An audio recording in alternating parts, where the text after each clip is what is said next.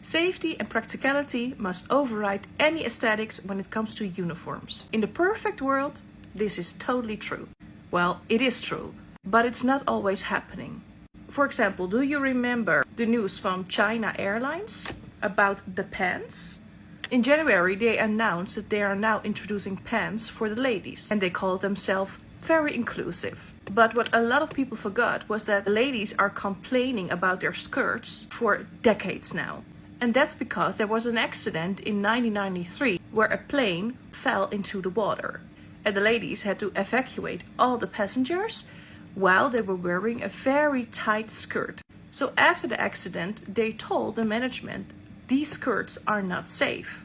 And they were complaining for so many years. But the airline only listened when they got to the Human Rights Commission, and they worked even together with the government. And now, since a couple of months, they finally can wear pants and are no longer forced to wear high heels or makeup.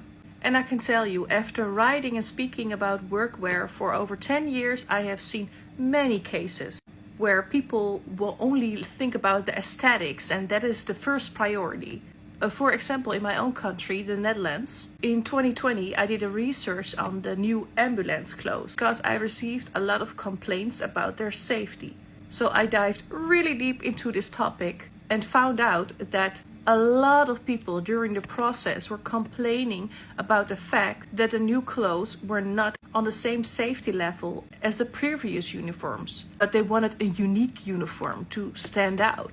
And that was, let's say, one of the most important things. But when they launched the uniform, some ambulance areas didn't want to wear it because they didn't feel safe in it. And this is just a big story in a couple of sentences. So when it comes to uniforms, for everyone, it's totally normal to think about safety and practicality. It makes sense. It's just not a no-brainer. But I know that in most cases it is, but in some cases people make different decisions.